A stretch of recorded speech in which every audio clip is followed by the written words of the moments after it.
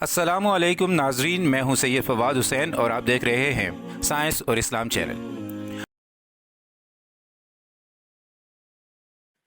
ناظرین، کچھ دن پہلے میں تخلیق کائنات کے بارے میں سوچ بچار کر رہا تھا۔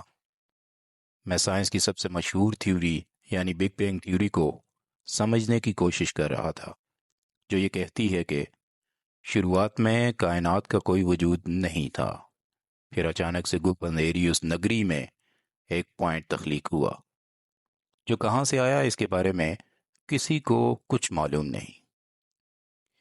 میرے دل میں اچانک سے یہ خیال آیا کہ کیا وہ کائنات کی ابتدا تھی؟ کیا اس میں اس کائنات کو بنانے کے لیے تمام انرجی اور میٹر موجود تھا؟ تھیوری کا مزید مطالعہ کرتے ہوئے میں نے یہ جانا کہ واقعی سائنس مانتی ہے کہ اس کائنات کی ابتدا ایک نقطے سے ہوئی، اور اس نقطے میں وہ تمام ضروری میٹر اور انرجی موجود تھی جس سے پھر یہ وسیع و عریض کائنات آہستہ آہستہ بننے لگی۔ میرے دل میں ایک دم یہ خیال آیا کہ اگر کائنات کی ابتدا ایک پوائنٹ یا نقطے سے ہوئی ہے تو پھر اس میں موجود ہر شے یعنی ستارے، سیارے، انسان اور جانور وغیرہ، ان سب کی ابتدا بھی کسی ایک نقطے سے ہی ہونی چاہیے۔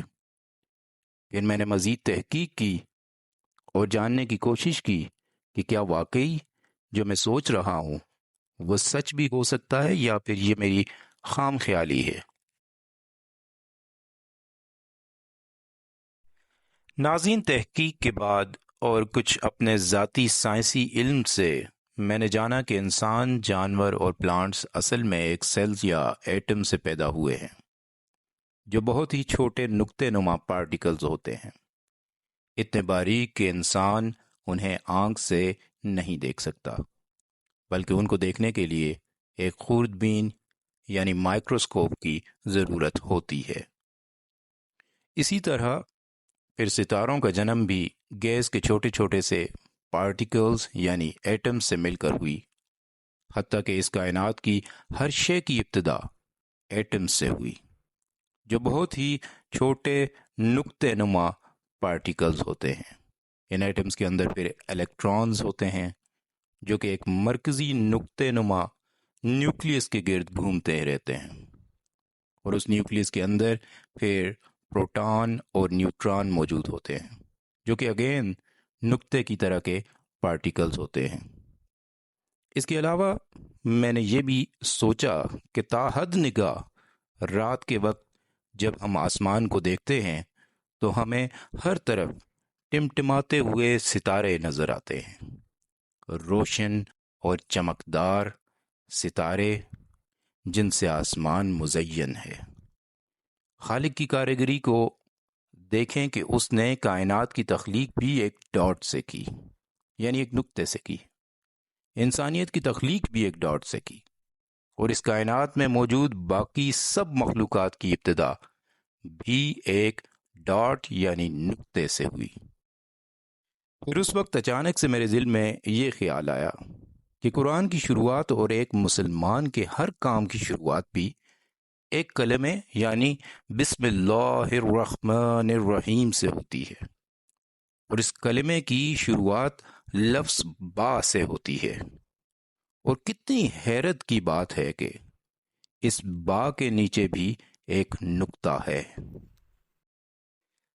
کیا ایسا تو نہیں کہ اللہ کی ذات نے با کے حرف میں پوری کائنات کو ضم کر رکھا ہے؟ پہلے تو میں بھی ایک بے یقینی کی کیفیت میں تھا، لیکن اس کے بعد میں نے اپنے تجسس کو پورا کرنے کی خاطر مزید تحقیق کی، اور وہ تمام حقائق اب میں آپ کے سامنے رکھتا ہوں جنہیں دیکھ اور سن کر آپ بھی اللہ کی کاریگری پہ حیرت زدہ ہو جائیں گے۔ ناظرین، یہ یاد رکھیں کہ قرآن پاک تمام عالمین کے باسیوں کے لیے ہدایت کا ذریعہ ہے، اور اس کتاب کی کسی بھی سورہ کی شروعات کرنی ہو تو وہ بسم اللہ سے ہوتی ہے، اور بسم اللہ شروع ہوتی ہے با سے، اور با کے نیچے موجود ہے ایک نقطہ، وہی نقطہ جو تمام کائنات کی خلقت کی ابتدا ہے۔ ناظرین، اس بسم اللہ کے نقطے کو فرض کریں اگر ہٹا دیا جائے تو یہ اب با کا لفظ نہیں رہا، بلکہ یہ تو اب کوئی بھی لفظ نہیں رہا۔ یعنی ایک نقطے کے ہٹ جانے سے با کے اس کنٹینر کی کوئی ویلیو نہیں اور کوئی حیثیت نہیں۔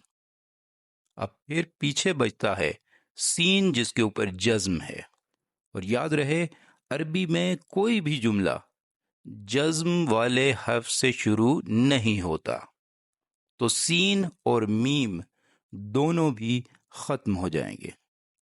یعنی ایک نقطے سے پورا بسم کا لفظ ختم ہو جائے گا۔ لیکن پیچھے کیا بچتا ہے ذرا دیکھیے، پیچھے بچتا ہے اللہ الرحمن الرحیم۔ یعنی اگر با کا نقطہ نہیں تو با کا حرف ہی نہیں، یعنی کائنات ہی نہ ہوتی اگر وہ نقطہ نہ ہوتا۔ لیکن اگر تب بھی کچھ رہتا تو وہ تھا نام اللہ کا، جو بڑا رحمان اور رحیم ہے۔ اے مسلمانوں سنو، رب کہہ رہا ہے کہ ہر کام سے پہلے بسم اللہ پڑھو، تاکہ تم سمجھ سکو اس حقیقت کو کہ تمہاری خلقت ایک نقطے سے ہوئی، اور اگر یہ نقطہ نہ ہوتا تو تمہارا وجود ہی نہ ہوتا۔ لیکن اللہ کی ذات پہ اس کا کوئی فرق نہ پڑتا، کیونکہ اس نقطے کے نہ ہونے سے اگر نہ ہوتی تو تمہاری کائنات نہ ہوتی، اور جب کائنات نہ ہوتی تو کچھ بھی نہ ہوتا۔ لیکن پھر بھی اگر وجود تھا کسی ذات کا تو وہ ہے اللہ الرحمن الرحیم۔ ناظرین، میں نے تصورات میں یہ بات سوچی، لیکن مجھے معلوم تھا کہ لوگ یا تو اس پہ ہنسیں گے یا پھر اسے بیس لیس سی بات کہہ کر جھٹلا دیں گے۔ اس لیے پھر میں نے اور تحقیق کی اور اسلامی تاریخ سے کچھ حقائق جانے، جو میں آپ کے سامنے پیش کرتا ہوں۔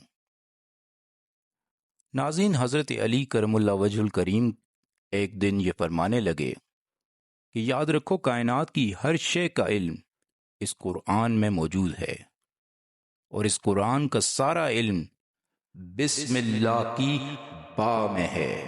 اللہ اکبر۔ یعنی مراد یہ ہے کہ تمہاری پوری کائنات کا علم اس لفظ با میں ضم کر دیا گیا ہے، اگر تم سمجھو تو۔ اس کے علاوہ ایک بڑے ہی مشہور صوفی عالم مولانا رومی رحمۃ اللہ علیہ سے کسی نے سوال کیا تو انہوں نے جواب دیا کہ بسم اللہ میں موجود با اصل میں کائنات ہے، اور اس کے نقطے میں مخلوق کی خلقت چھپی ہے۔ سبحان اللہ۔ اب آپ کو سمجھ آئی ہوگی کہ میں یہ نظریہ بے بنیاد کہانیوں پہ نہیں گڑ رہا، اور اب جو میں دکھانے جا رہا ہوں اسے مزید غور سے دیکھیے گا، یقین مانے آپ کی آنکھیں کھلی کی کھلی رہ جائیں گی۔ گزارش ہے کہ آپ سب اسکرین پہ اس تصویر کی طرف کچھ لمحے کے لیے متوجہ ہوں۔